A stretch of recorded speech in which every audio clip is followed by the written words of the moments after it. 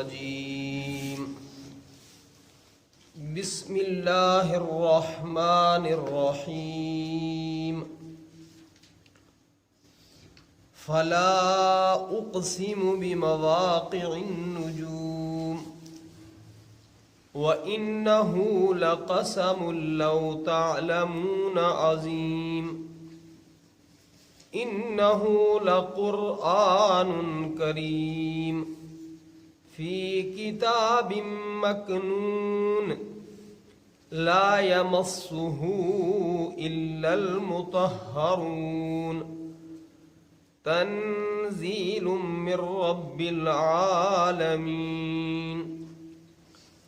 أفبهذا الحديث أنتم مدهنون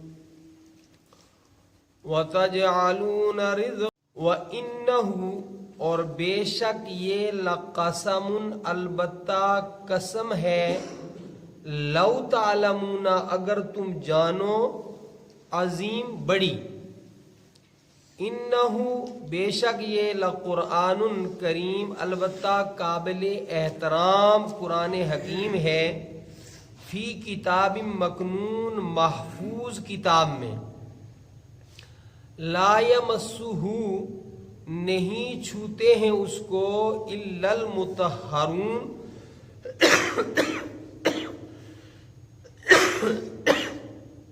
مگر پاک باز تنزیل من رب العالمین نازل کردہ ہے تمام جہانوں کے پروردگار کی طرف سے افبہذا الحدیث انتم مدہنون کیا پھر اس بات سے یعنی قرآن حکیم سے تم مدہنون سستی کرتے ہو وَتَجْعَلُونَ رِزْقَكُمْ اور بناتے ہو تم اپنا وظیفہ انکم تکذبون کہ بے شک تم جھٹلاتے ہو سورہ واقعہ میں آپ نے قیامت کے احوال پڑھے اور جنتیوں کو وہاں کیا ملے گا جہنمیوں کے ساتھ وہاں کیا معاملہ ہوگا اللہ تعالیٰ کے جو نیک بندے ہیں اولیاء کرام مقربین انبیاء علیہم السلام ان کے ساتھ کیا معاملہ ہوگا پھر اللہ رب العالمین نے اس سے پہلی آیات میں سورہ مبارکہ کے اندر اپنی قدرت کے کچھ نمونے انسانوں کے سامنے پیش کیے کہ تم غور کرو کہ ہم نے تمہیں وجود دیا تم غور کرو کہ تم جو ہے وہ زمین میں دانہ ڈالتے ہو ہم اس سے تمہارے لیے اناج پیدا کرتے ہیں تم غور کرو کہ ہم تمہارے لیے پانی کا انتظام کرتے ہیں یہ سارا مضمون بیان کرنے کے بعد یہاں فرما رہے فلا اقسم بمواقع النجوم قسم کھاتا ہوں میں ستاروں کے گرنے کی ستاروں کے گرنے کی قسم کھانے کی ایک وجہ اس طرف بندے کو توجہ دلانا مقصود ہے کہ فلکی نظام جو آسمانوں کا نظام ہے اس میں ستارے ہیں سیارے ہیں کہکشائیں ہیں اور ان کی بہت بڑی تعداد ہے وہ سارے ستارے کہکشائیں سیارے ان کے لیے ایک مدار متعین ہے وہ اس مدار کے اوپر گھومتے رہتے ہیں اگر وہ اپنے مدار سے بال برابر ہٹیں تو یہ سارا نظام کائنات درہم برہم ہو کر ختم ہو جائے ان کی چلنے کی گردش کرنے کی جگہ بھی متعین ہے اس جگہ سے وہ بال برابر ادھر ادھر نہیں جا سکتے اور رفتار بھی متعین ہے اگر اس رفتار میں کچھ کمی یا زیادتی ہو جائے تو بھی یہ نظام کائنات ختم ہو جائے تو فرمایا کہ اجرام فلکی کا ایک مستحکم مضبوط نظام رب العالمین نے قائم کیا ہوا ہے اور وہ نظام ٹھیک ڈھنگ سے کام کر رہا ہے اگر وہ نظام اللہ تعالیٰ کے متعین کردہ حدود میں سستی کرے یا تجاوز کرے تو یہ جو نظام کائنات ہے یہ سارے کا سارا بگڑ جائے۔ تو جیسے اللہ رب العالمین نے ظاہری ایک نظام قائم کیا ہے، اسی طرح ایک باطنی نظام قائم کیا ہے کہ انسانوں کا سسٹم بھی تب صحیح رہے گا جب وہ اللہ رب العالمین کے اس قرآن حکیم کے نازل شدہ احکام کے مطابق چلیں گے، ورنہ اگر اس سے ہٹ کر ان کی سوچ چلے گی تو یہ جو سماج اور معاشرہ ہے یہ برباد ہو جائے گا۔ اگر قرآن حکیم میں اعضائے انسانی کے استعمال کے لیے جو احکام متعین کیے گئے ہیں، جو حدود متعین کی گئی ہیں، ان حدود سے آدمی ہٹے گا تو یہ معاشرہ اور سماج ایک اچھا، مضبوط، مستحکم اور شریف معاشرہ نہیں رہے گا، بلکہ یہ ایک حیوان نما بستی بن جائے گی۔ بعض حضرات نے یہاں پر نجوم سے آیات قرآنیہ مراد لی ہیں، اور مواقع سے مراد انبیاء علیہ السلام کے قلوب لیے ہیں کہ وہ آیات قرآنیہ جو انبیاء علیہ السلام کے دلوں کے اوپر آ کر ٹھہرتی ہیں اس کی قسم۔ بہرحال مواقع یہ جمع ہے موقع کی، اور موقع کہتے ہیں جہاں کوئی چیز قائم ہو، اور نجوم نجم کی جمع ہے۔ فلا اقسم بمواقع النجوم، بس قسم کھاتا ہوں میں ستاروں کے گرنے کی۔ پھر اس کے بعد کہا جا رہا ہے وَإِنَّهُ لَقَسَمٌ لَوْ تَعْلَمُونَ عَظِيمٌ، اگر تم غور کرو تو یہ ایک بہت بڑی قسم کھا رہے ہیں اللہ رب العالمین۔ جیسے میں نے تفسیر میں بتایا کہ ایک بڑی سوچ مل رہی ہے قرآن حکیم کی اس آیت مبارکہ سے، اور وہ یہ ہے کہ ایک اللہ تعالیٰ کا ظاہری نظام ہے، ایک باطنی نظام ہے۔ ظاہری نظام جو ہے وہ مربوط ہے، جڑا ہوا ہے، اللہ تعالیٰ کی متعینہ حدود کا پابند ہے، اس لیے زمین آسمان کا نظام چل رہا ہے۔ اسی پر آپ کو قیاس کرنا ہے کہ باطنی نظام کیا ہے کہ ہمارے بول جو اندر سے نکلتے ہیں، ہماری آنکھیں جن چیزوں کو دیکھنے کی خواہش کرتے ہیں، ہمارے دماغ جو سوچتے ہیں، یہ ساری چیزیں اگر قرآن حکیم کے احکام کے مطابق ہوں گی تو جس طرح یہ آسمان کا نظام درست چل رہا ہے، اس طرح انسانوں کے گھرانوں کا، خاندانوں کا، بستیوں کا نظام بھی درست چلے گا۔ انہ لقرآن کریم، بے شک یہ قرآن قابل احترام ہے۔ فی کتاب مکنون، یہ لوح محفوظ کے اندر اللہ رب العالمین نے رکھا ہوا ہے، اور لوح محفوظ وہ جگہ ہے جہاں کوئی پہنچ نہیں سکتا، یعنی کوئی چیز ایسی جگہ رکھی ہو کہ جس کے اندر جا کر چور، ڈاکو، بدماش کوئی ہیر پھیر کر سکیں، وہاں سے کچھ چرا سکیں، وہاں اس کے اندر کوئی داخل کر سکیں۔ یہ اتنا محفوظ جگہ میں لوح محفوظ میں اللہ رب العالمین نے رکھا کہ کوئی کسی کی وہاں رسائی ہی نہیں ہے۔ لا یمسہ الا المطہرون، نہیں چھوتے ہیں اس کو مگر پاک باز فرشتے۔ قرآن حکیم کو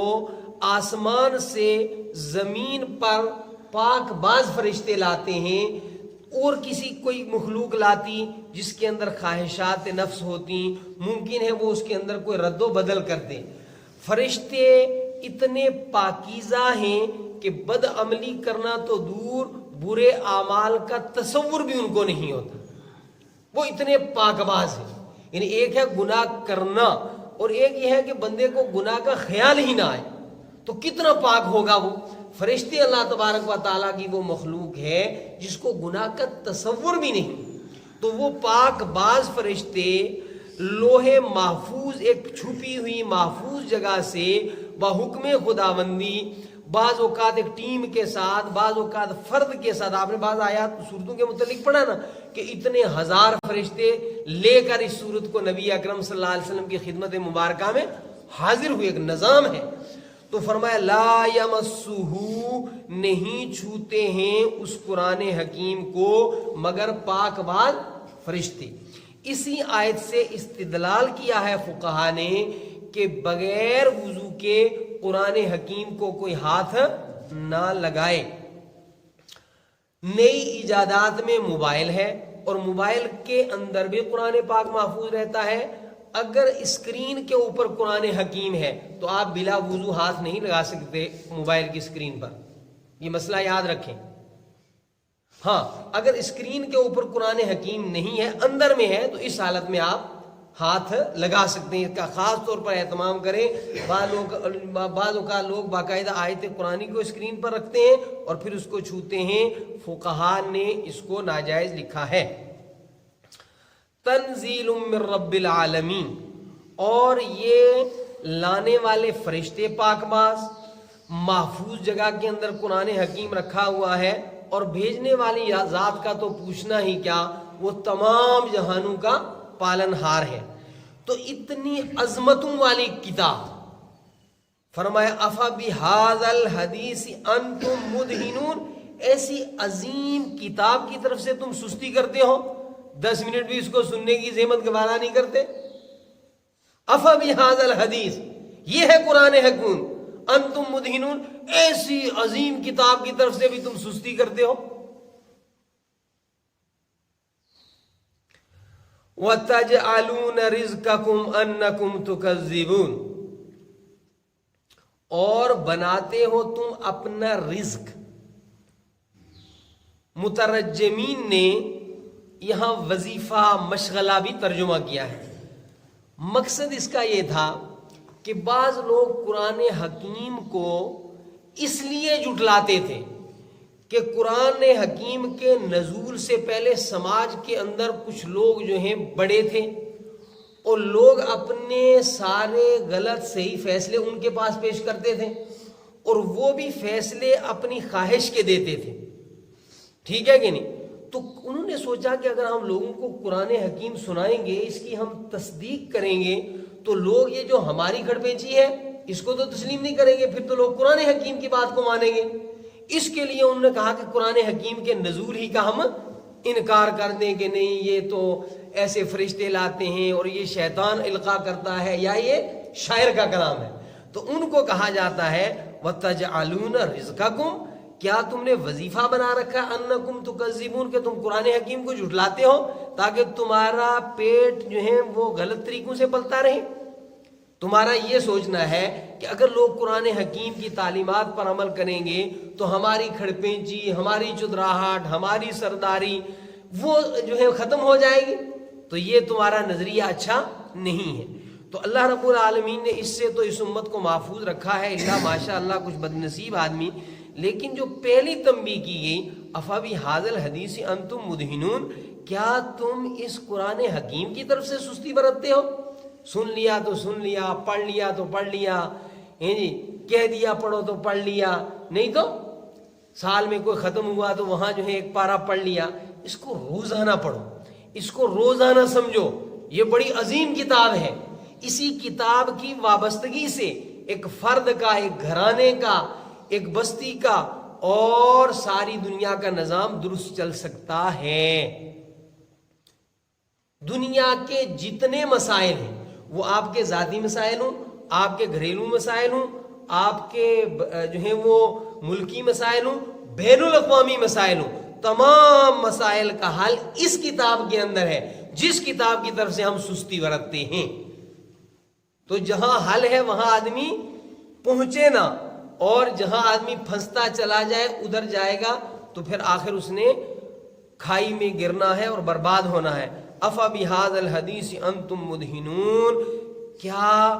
پھر تم اس کتاب عظیم کی سے، کون سی کتاب عظیم؟ تنزیل من رب العالمین، جس کو اللہ تبارک و تعالیٰ نے نازل کیا ہے۔ کون سی عظیم کتاب؟ لا یمسہ الا المطہرون، جسے پاک باز فرشتے ہی چھوتے ہیں۔ اور کون سی کتاب عظیم؟ انہ لقرآن کریم فی کتاب مکنون، جو بہت قابل احترام ہے، جو بہت محفوظ کتاب ہے۔ اس کتاب کی طرف سے تم سستی کرتے ہو،